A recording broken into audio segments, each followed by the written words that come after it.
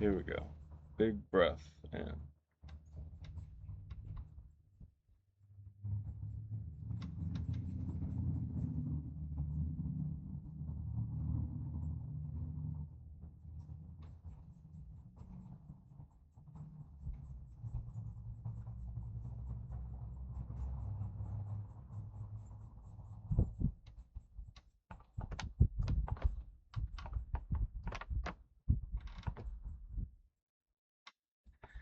Very slow, very drawn out. Exhale. Very slow, big breath in.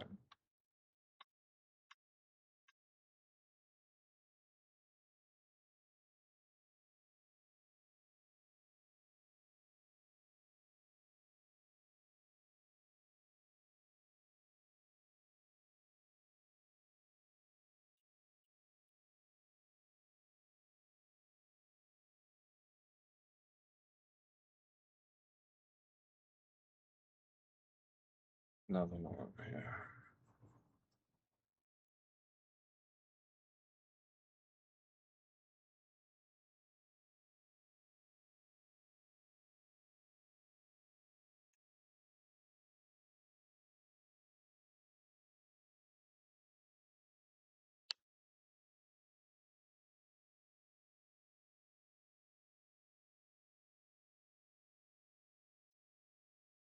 Very slow, very drawn out.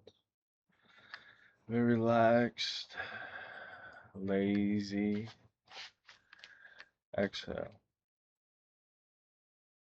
Now, big inhale, very slow. You'll find out that when you start going slow, you start to have a conversation with your body in a way in which very slow exhale,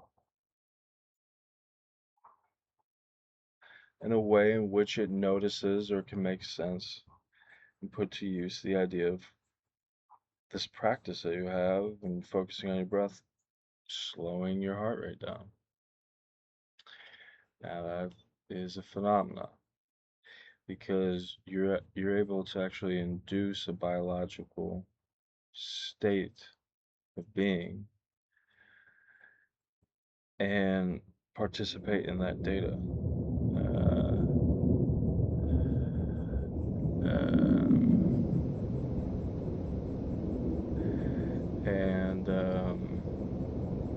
And it's this induced state where you are only focusing on your breath, and immediately the conversation that you start having with yourself induces a state of lowering your heart rate. You kind of slip into it biologically. And what are you doing? You're in a state of focus. You are in a state of biological behavior existing. And so it's in this state in which its qualities about this state are, are reflected. You are focused. You are. You've been focusing on your breath. And immediately your body, through practice, your body responds to the ideas uh, populated in this direction of this state of consciousness that you bring about in your lowering your heart rate. Um, that starts to grow. That starts to become distinguishable. And it makes sense. If you practice this, you practice inducing your body into a state of consciousness in which its qualities are that it lowers your heart rate, at the very least. I think the brain is much more likely to be working better, processing data better as the interplay with time is a continuum. I think inducing a quality of consciousness or a practice and practicing it in which you slow the body down on purpose. I think that is a phenomenon, this practice. Um, and and I think it's a phenomenon. I think it's explainable. I think it's, this idea of a call and response. Um, as I've heard Jordan Peterson describe it in kind of more of a metaphysical, distinguishable way. But in biology, that we just call that a signal being sent out, and then there's a response to the stimuli. It's part of a mechanism. And so, since probably our metaphysics come from our biology and our maybe our mechanisms, or we can make sense of our metaphysics in a biological way, because maybe they make sense to us because maybe we understand the mechanisms. Um, that idea becomes much more natural, becomes much more inherent as you start meditating, and you can um, more than likely induce a state of consciousness in which its qualities are that you kind of slip into this state of lowering your heart rate. And your brain probably can organize and think about, your brain can probably function better. And so, um, and that's why I like so much Sam Harris's point about more or less go meditate and try rationality out. Um, because I think that's a great idea for the human condition if you're going to meditate upon something. And so, yeah, I have a little chart I want to talk about that I made. I'm going to try to put it on the screen, and I will kind of describe a life cycle of meditation and just an idea or something that you might be inspired by. You might start thinking of mindfulness as kind of maybe an embrace of the psyche, an embrace of your psyche. Um, And so I think that there's actually a life cycle about mindfulness in which, it's pretty observable that if you think about things for a while, um, your brain will make sense of it. And so I think that's one of the positive benefits of mindfulness is that your brain as a biological organ is supposed to process the data in your life, the interplay you have to reality. And I believe Sam Harris when he says that you could be having a better experience.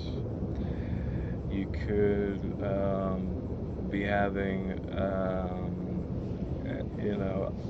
at least a more interesting conversation with the dialogue of life. Um, I do believe in that idea, an idea like that. And so, yeah, I will go over this chart and kind of show you what I think might be, you know, kind of a pathway, at least, about meditation and how it leads to mindfulness. So, big inhale,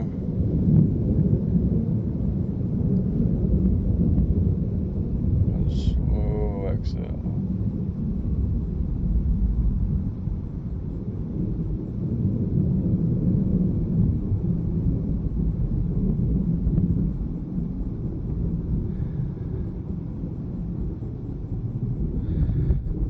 Okay, so let's big inhale, and let's notice all that tension again in our diaphragm.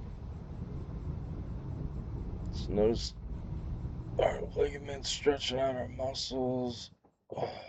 Notice your back, your spine, the type of conversation that you're having right now. Maybe feel like you should stretch more. Maybe you're kind of having that kind of conversation. Maybe you feel pretty good. A slow exhale.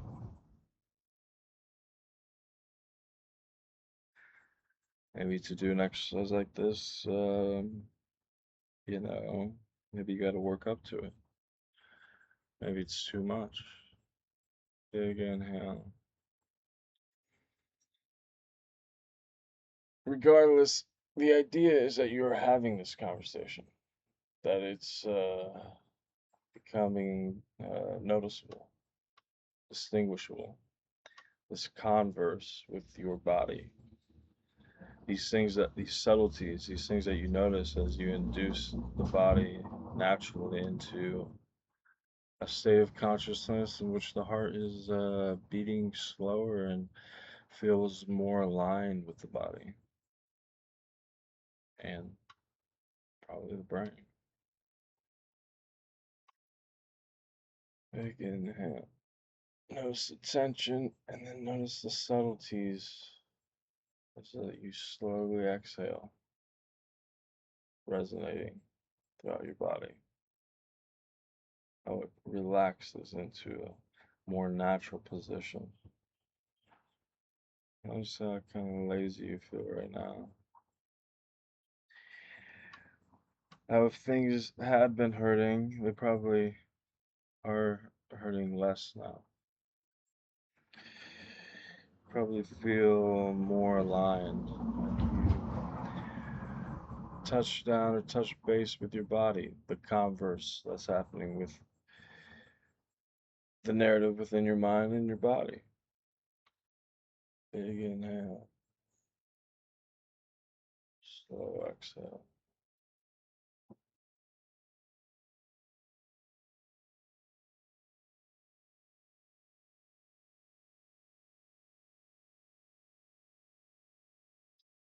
Nice, slow, drawn out exhale. Releasing all the oxygen from your body, from your lungs. And bringing you into this state of consciousness in which you can be aware of these type of ideas. You can be aware of this type of data and how to have a good relation to it, how to have a good conversation with it. Big inhale. The conversations of your life can be trending in a direction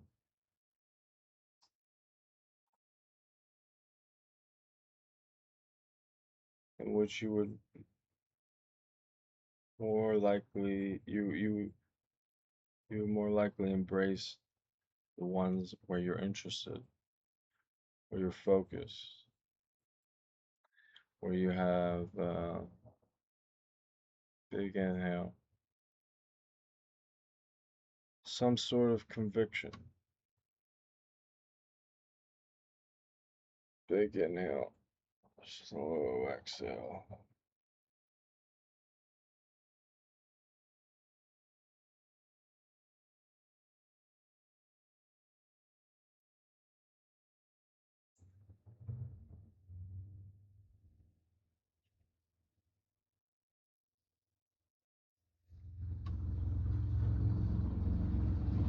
Slow exhale like a stop.